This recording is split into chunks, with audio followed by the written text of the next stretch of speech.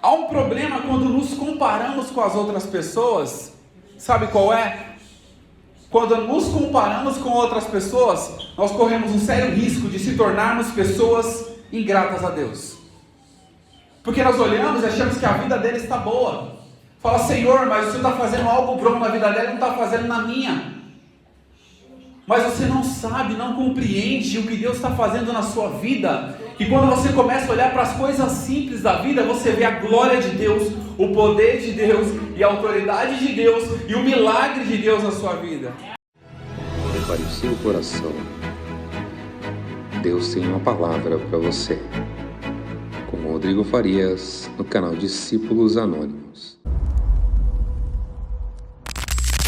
Salmo 73, verso 16, que diz: quando pensava em entender isto, foi para mim muito doloroso.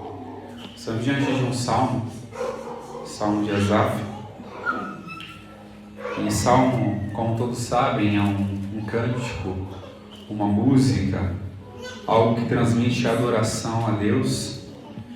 E nessa adoração, nesse cântico, nessa música que ele apresenta, ele demonstra algo que estaria dentro do coração dele. Demonstra algo que havia acontecido com ele, que de alguma forma desestabilizou o coração dele, as emoções. Asaf foi o escritor de 12 salmos, Salmo 50 e o Salmo 73 até o 83.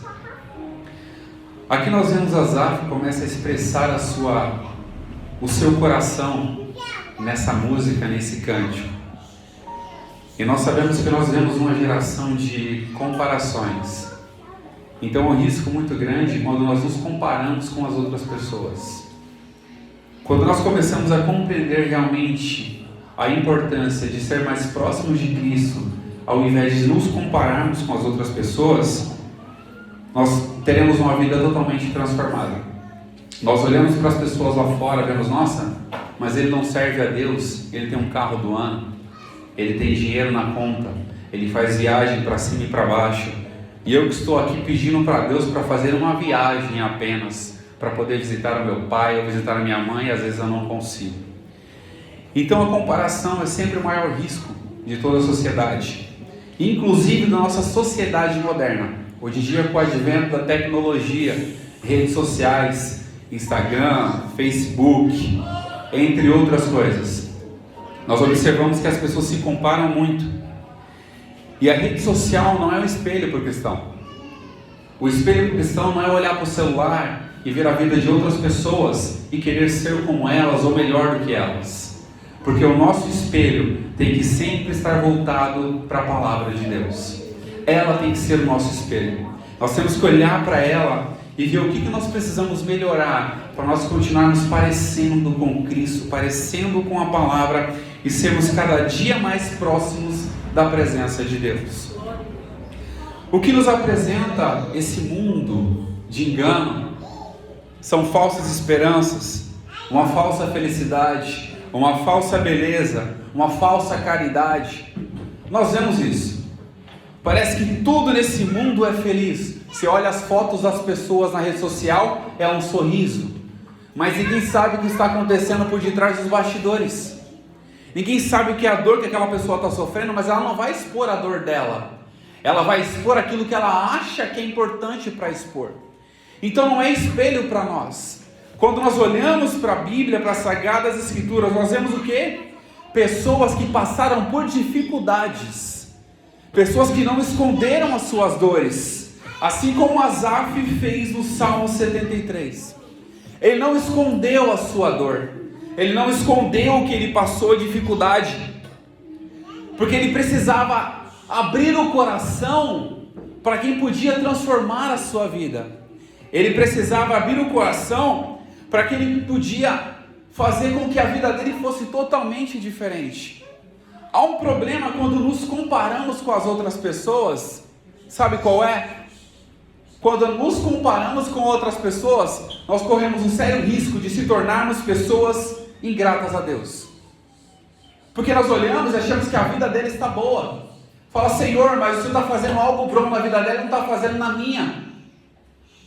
mas você não sabe, não compreende o que Deus está fazendo na sua vida. E quando você começa a olhar para as coisas simples da vida, você vê a glória de Deus, o poder de Deus e a autoridade de Deus e o milagre de Deus na sua vida. A gente vive tão disperso, tão distraído, que nós não conseguimos contemplar o mínimo. Eu estava conversando com uma moça agora à tarde, e ela começou a falar comigo, e ela é evangélica também. Os olhos dela, eu percebi que começou a encher de lágrima, porque ela começou a observar. A gente perde a noção quando a gente deixa de contemplar as mínimas coisas. Uma certa feita, Jesus olhou para aqueles homens que estavam ao redor. Por que vocês estão tão ansiosos? Olha para os lírios do campo, olhem para as aves dos céus. Elas não semeiam, elas não trabalham, mas mesmo assim o Senhor Deus as sustenta todos os dias, e elas crescem a todo momento. Então, quando comparamos a nossa vida com outras pessoas, nós estamos sendo ingratos. E uma coisa que dói no coração, eu vou falar no sentido humano, o que dói no coração de Deus, sabe o que é? Ele olhar para um filho e ver um filho sendo ingrato por tudo que ele tem feito. Olha só para as nossas vidas. O que seria de nós se Senhor Jesus não tivesse descido, obedecido ao Pai e morrido numa cruz? O inimigo já teria consumido a nossa vida vivos. Ele não teria dó de nós. Mas um dia o Pai olhou, amou essa humanidade e falou: meu filho vai, mas essa humanidade, eu ainda acredito nela, e ela vai continuar de pé me adorando. Glória a Jesus. Aleluia. Quando nós paramos e olhamos para dentro do nosso coração, aquilo que palpita dentro de nós, nós observamos que a nossa vida tem muito mais valor. E Jesus falou: não tem mais valor vocês do que as aves do céu, do que os lírios do campo? E eu digo para vocês, nem Salomão, com toda a sua glória, se vestiu como um lírio do campo. O que Jesus está dizendo? Não é dinheiro que vai te trazer alegria. Não é se você se comparar com ninguém que vai te trazer alegria. Mas é quando você olhar para o espelho da sua vida, que é a palavra de Deus. Você vai encontrar a fonte de água viva. Você vai encontrar o pão da vida. Você vai encontrar mantimento para continuar de pé. Porque é a palavra que sustenta a nossa vida. E nós não temos que olhar para o mundo como espelho para nós. Paulo escreve aos Romanos, no capítulo 12, verso 2: não sedes conformados com este mundo, mas transformar-vos pela renovação do vosso entendimento. Aleluia. O que precisa ser renovado em nossas vidas não é o conformismo com a situação do mundo, mas a gente se conformar que nós precisamos ser adoradores por excelência, é nos conformar que nós precisamos ser gratos a Deus todos os dias, é nos conformar que nós precisamos ter um comparativo com a palavra de Deus como espelho para nós. Isso renova o nosso entendimento quando não nos conformamos com o mundo. E nós precisamos renovar a nossa mente, porque o mundo vai tentar nos enganar, nos ludibriar com muitas coisas. Mas aqueles que olham para a palavra de Deus, renovam o seu entendimento, eles começam a experimentar coisas diferentes. Eles começam a experimentar qual seja a boa, perfeita e agradável vontade de Deus. Quando nós olhamos para a nossa vida, nós temos que olhar para dentro de nós e falar: Senhor, eu estou vivendo de acordo com a sua vontade. Porque se a vontade de Deus é boa, perfeita e agradável, nós temos que entregar a nossa vida literalmente nas mãos de Deus, porque Ele sabe o que Ele vai fazer. Quando deixamos de lado todo esse comparativo, todas essas mazelas do mundo, porque o mundo jaz no maligno, mas nós estamos o quê? Nós morremos com Cristo e também ressuscitamos com Ele. Nós não somos como o mundo, estamos mortos não, porque nós entregamos a nossa vida para Jesus e nós ressuscitamos com Ele. E quando nós ressuscitamos com Cristo, não é mais nós que vivemos em nós, mas é Cristo que habita em nosso coração. É Ele que faz morada, é Ele que guia os nossos passos, é Ele que mostra o verdadeiro e único caminho para a nossa salvação.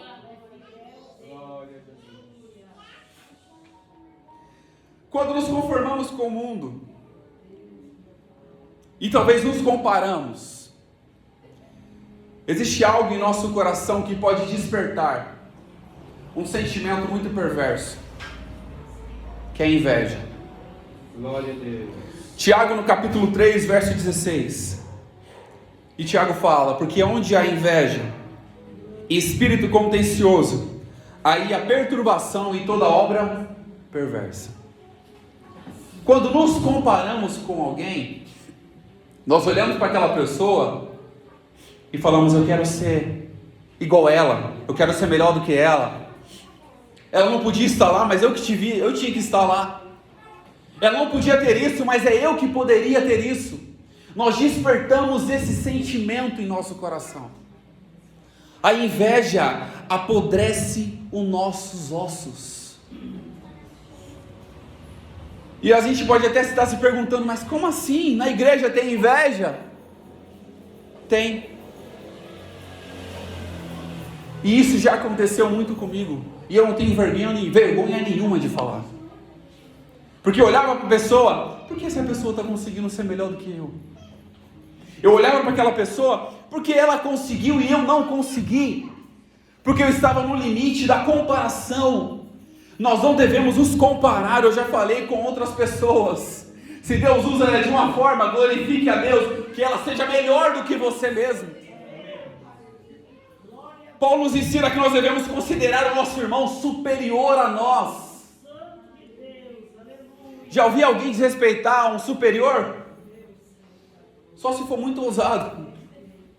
Quando nós comparamos o nosso irmão superior a nós, nós vamos nos alegrar quando ele crescer, nós vamos nos alegrar quando Deus usá-lo, nós vamos nos alegrar quando Deus fazer coisas novas na vida dele, nós nos alegraremos. Então não deixe que nenhum sentimento de inveja tome conta do seu coração, para que isso não aprodeça a sua vida, para que obras perversas não reinem, porque pela inveja muitas pessoas destruíram a vida dos outros, inclusive a própria vida.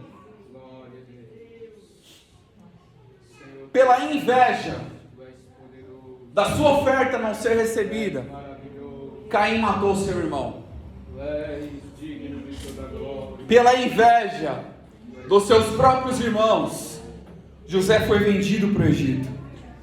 Por inveja dos saduceus, fariseus, homens importantes da lei, o nosso Jesus foi crucificado. Então não deixe que nada de ruim preencha o seu coração, mas encha o seu coração com aquilo que pode trazer esperança. Traga a sua memória. Não deixe que sentimentos definam quem você é. Seja racional no que você fizer. Renove a sua mente, renove o seu entendimento, mas não as suas emoções. Não deixe que elas te dominem, mas renove o seu entendimento na palavra, renove o seu entendimento na presença, para que o nome de Jesus seja glorificado e não o seu. Provérbios no capítulo 14, verso 30 diz: o sentimento sadio é vida para o corpo. Quando damos lugar a sentimentos sadios, nós sabemos que pode trazer como benefício para nós. Mas o verso continua: mas a inveja é a podridão dos ossos. Glória a Deus. O que é os ossos? É a estrutura do nosso corpo. Isso trazendo para a nossa vida espiritual. A nossa vida espiritual é a estrutura do nosso corpo em Cristo. Quando nós deixamos sentimentos ruins tomar conta, inveja tomar conta, isso apodrece a nossa estrutura. Não deixe que nenhuma raiz de amargura brotando vos perturbe, mas que nós possamos entregar o nosso caminho, a nossa vida, os nossos sentimentos, as nossas emoções, para que o nome de Jesus seja exaltado nas nossas vidas, para que nós possamos ser erguidos, para que o nome de Jesus seja glorificado, que nós possamos continuar adorando e Ele possa sempre ser o centro das nossas vidas. E Pedro nos dá um conselho: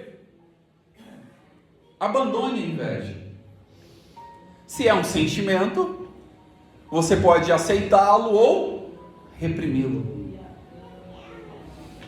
1 Pedro no capítulo 2, verso 1 diz: deixando, pois, toda malícia, todo engano, e fingimentos, invejas, e todas as murmurações, desejai afetuosamente, como meninos novamente nascidos, o leite racional. Glória a Deus. Falou leite emocional? O leite racional, com raciocínio. Quando nos apresentarmos diante da presença do Senhor, tenha raciocínio com o que você está fazendo. Diante de quem nós estamos nos apresentando com raciocínio? O nosso culto tem que ser racional. Paulo nos alerta sobre isso. Oferecei-vos os vossos corpos em sacrifício vivo, que é o vosso culto racional.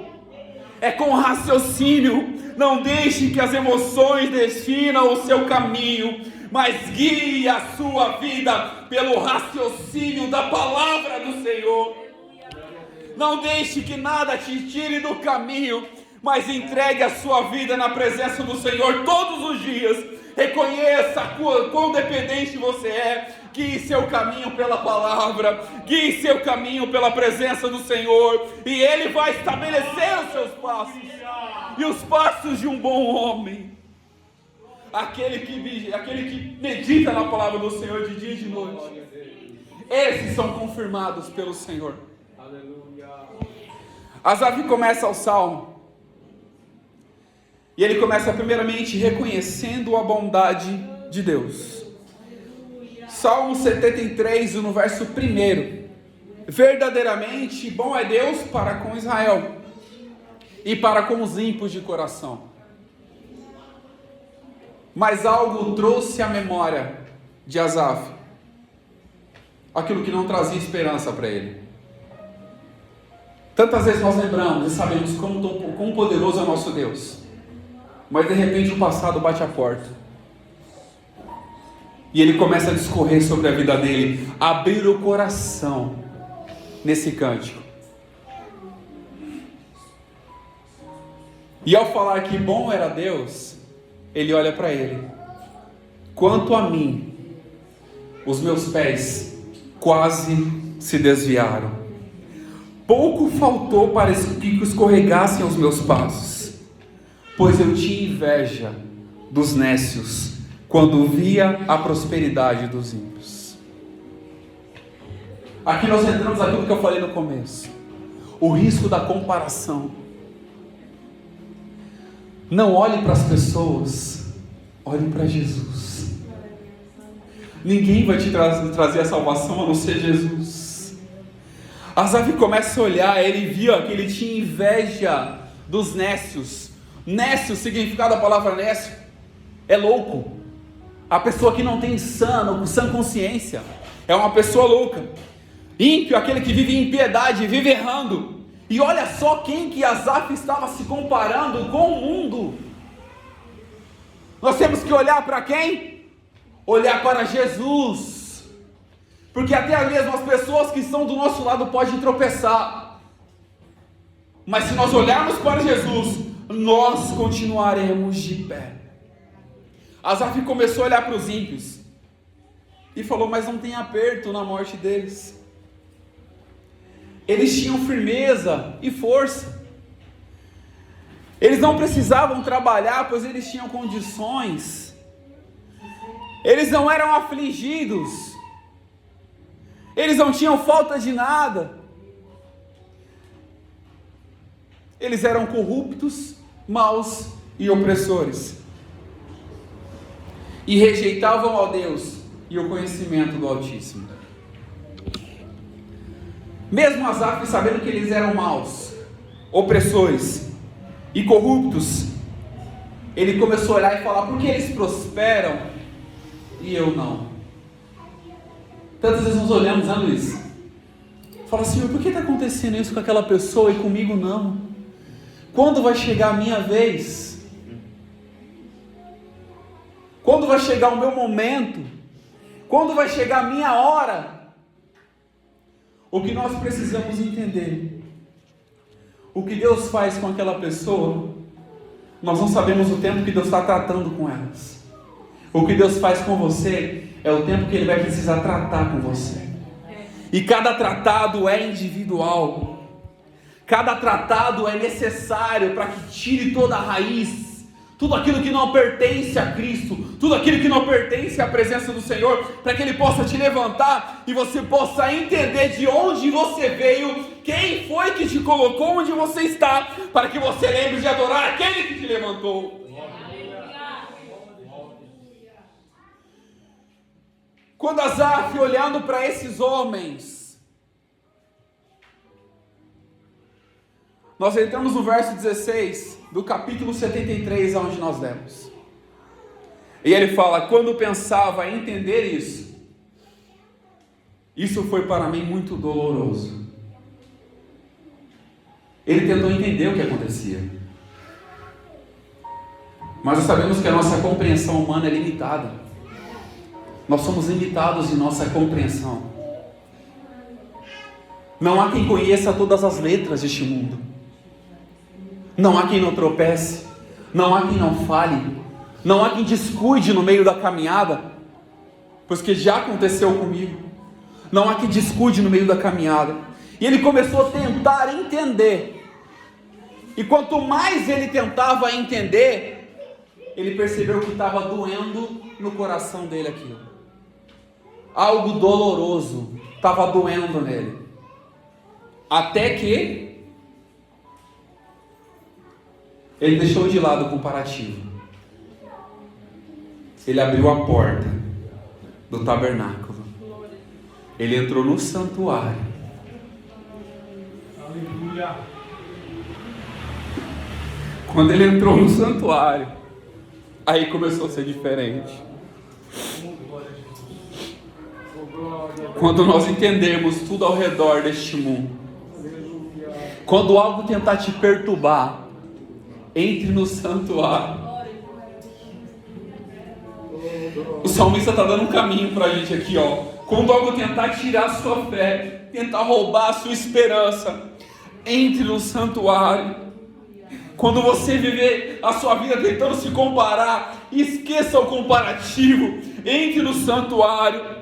E alguém pode perguntar: onde é o santuário? Entre no seu quarto, feche a sua porta. Ali vai ser o seu santuário para você orar em secreto com o seu Deus. Ali vai ser o momento que você vai entregar o seu coração.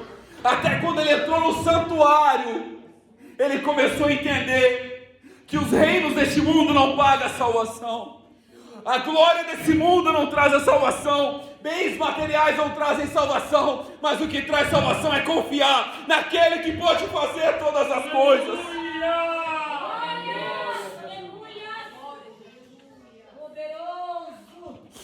Obrigado, Senhor.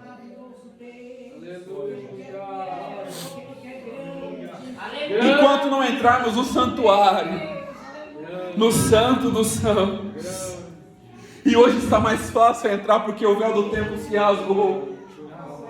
O véu do templo está rasgado. A porta do santo dos santos ainda está aberta para a igreja de Cristo.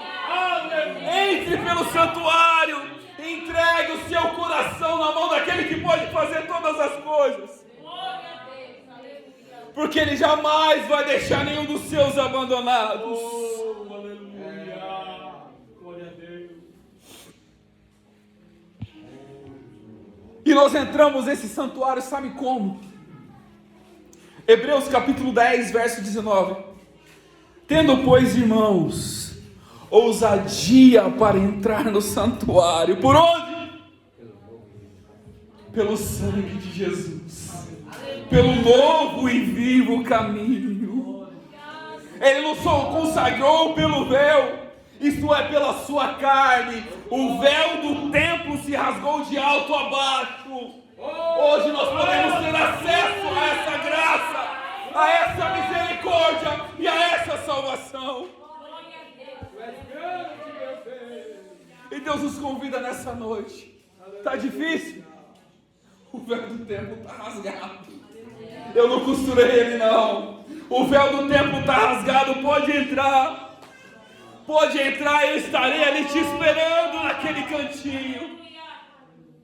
Eu estarei ali esperando para você poder oferecer a sua adoração, oferecer o seu louvor, entregar o seu coração, rasgar as suas vestes espirituais, para que eu possa renovar a sua vida, para que eu possa te revestir com toda a armadura de Deus, para que você possa vencer as astutas ciladas do diabo. Como foi lido aqui em Romanos 8, portanto, agora nenhuma condenação há para aqueles que estão em Cristo Jesus, que não andam segundo a carne, mas segundo o Espírito. O escritor aos Hebreus ainda continua: e tendo um grande sacerdote sobre a causa de Deus, chegamos-nos com verdadeiro coração em ter a certeza de fé, tendo os corações purificados da má consciência e o corpo lavado na água limpa. Não é em qualquer lugar que nós iremos lavar o nosso corpo, é na água limpa. E quem é essa água limpa? É Jesus. Jesus é essa água que nós temos que nos limpar. E ele ainda acrescenta: retenhamos firme a nossa confissão de esperança, porque fiel é aquele que nos prometeu. Aleluia, glória a Deus. Ao entrarmos no santuário, aquele templo que antes existia, hoje não existe mais. E quando entramos no santuário, o templo se tornamos nós. Paulo escreve aos Coríntios, 1 Coríntios capítulo 3, verso 16: não sabeis vós que sois templo de Deus, e que o Espírito Santo habita em vocês. Nós somos a morada do Espírito. Nós somos a morada do Espírito. Então não se compare com ninguém. Não tenha inveja dos homens violentos que prosperam, porque a maior prosperidade para nós é espiritual. É olharmos para a cruz e sabermos que nós somos redimidos pelo sangue de Jesus. É olhar para a cruz e saber que o inimigo não pode apontar nosso dedo e falar que não tem mais jeito, porque Jesus derramou sua gota de sangue para que nós tivéssemos o nosso nome escrito no livro da vida. Ninguém pode apontar o dedo para nós e dizer que nós não temos salvação. Se nós entregarmos o nosso caminho ao Senhor, confiarmos nele, a nossa vida estará inteiramente em tua presença. E Salmos 37, verso 1, para a gente poder finalizar, o salmista começa a dizer: não te indignes por causa dos malfeitores, não tenhas inveja dos que praticam a iniquidade, porque cedo eles serão ceifados como a erva e murcharão como a verdura. Confia no Senhor, e faze o bem, e habitarás na terra, e verdadeiramente serás alimentado. Deleita-te também no Senhor, e te concederá o desejo do teu coração. Entrega o teu caminho ao Senhor, confia nele, e ele o fará. Ele fará sobressair a tua justiça como a luz, e ao teu juízo como ao meio-dia. E Asaf descobre, Salmo 73 e o verso 25: a quem tenho eu no céu, senão a ti?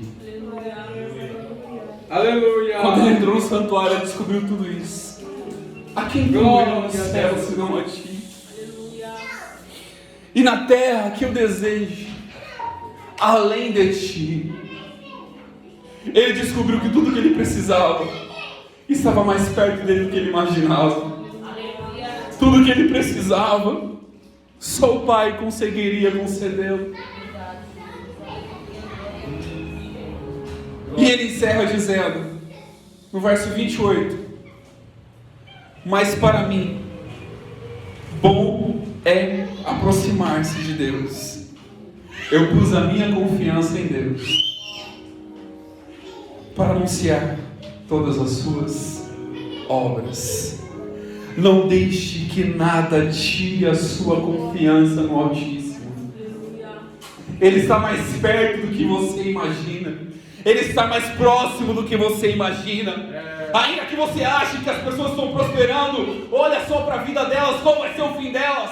Ainda que você esteja difícil no caminho que você está, e nós sabemos que no mundo nós teremos aflições, mas tem de bom ânimo, o nosso Senhor Jesus venceu, e nós também venceremos, e a nossa coroa está guardada, reservada, até que nós conseguiremos alcançá-la na presença do nosso Senhor Jesus. Glória a Deus. E ele diz, aonde ele estiver, vocês estarão também. Glória a Deus. Aonde ele estiver, vocês estarão também.